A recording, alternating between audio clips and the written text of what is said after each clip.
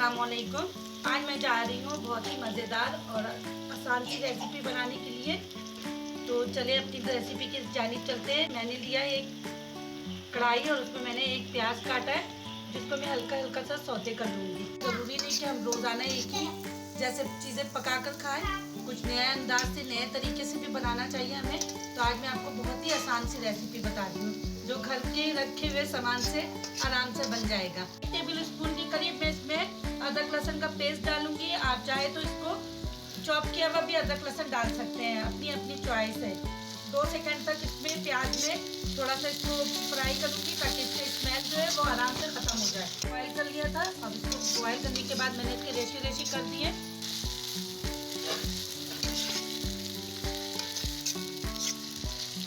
आप अपने मनपसंद कोई भी सब्जी ले सकते हैं। मैंने एक बड़ा सा शिमला मिर्च लिया था, इसमें डाल दूंगी। चाहे तो इसमें मटर भी डाल सकते हैं। मैंने बड़ा गाजर लिया है, जिसको मैंने चॉप कर लिया है, ये भी मैं इसमें डाल दूंगी।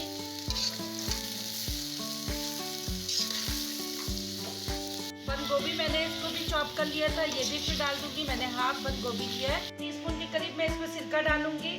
आप चाहे तो सोया सॉस भी डाल सकती हैं। टीस्पून के करीब इसमें नमक डालूंगी।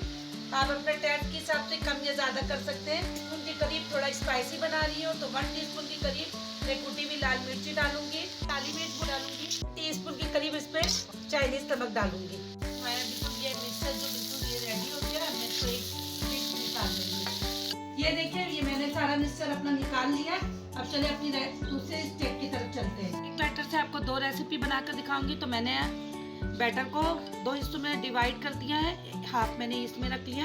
अब मैं आपको आगे की प्रोसेस बताती हूँ। सबसे पहले मैं एक ब्रेड लूँगी। उमूमन हर घर में मौजूद होता है, और रमज़ान में तो वैसे भी रोज़े के लिए बंदा ला के रख रहा है। तो ये देखिए, इसको मैं पहले साइड का निकाल लूँगी, इसका साइड सारा। जो तमाम पीसेस बचेंगे, इसका ब्रेड क्रम्स बना के इसको फ्राई करने में इस्तेमाल करिएगा। अब इसको बेल लूँगी। बेलन से जो है इसको बिल्कुल फ्लैट कर देंगे। ये देखें, बिल्कुल इजी बन गया। आप कोशिश करिएगा कि ब्रेड जो है वो हमारा बिल्कुल ताज़ा होना चाहिए। देखिए, मायोनीज हमने डाल दिया। अब मैं इसको इस तरीके से बंद कर दूंगी। हमने जो मैदे का मिक्सचर तैयार करके मैं रखी हूँ, 2 स्पून डाल के मैंने इसका बैटर इस तरीके से बना लिया।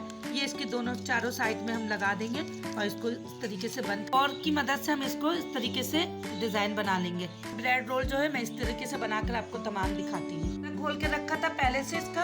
अब इसमें इसको डीप करूंगी, ब्रेड क्रम्स में लगा के इसको डीप फ्राई कर लूंगी। बहुत ही मजे का और क्रिस्पी बनता है। रोल को इसी तरीके से फ्राई करके आपको दिखाती हूँ। कि मैंने आधा बैटर को निकाल के इसको ठंडा करने के लिए रख दिया था।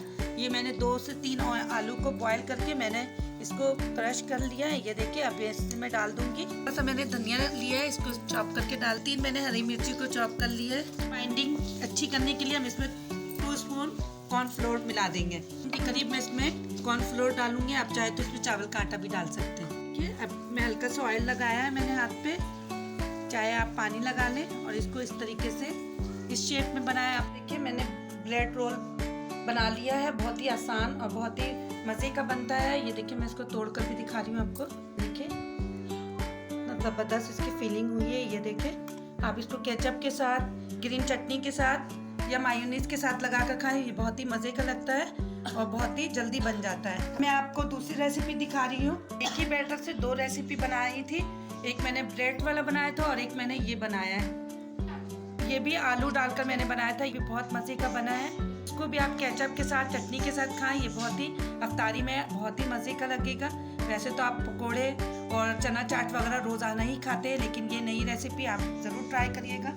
अगर मेरी रेसिपी आपको अच्छी लगी हो तो लाइक करें, दोस्तों से शेयर करें, और मेरे कमेंट्स करें कि मेरी रेसिपी आपको कैसी लगी हो। हम मिलती हूँ एक नए दिन और एक नए रेसिपी के साथ। फिर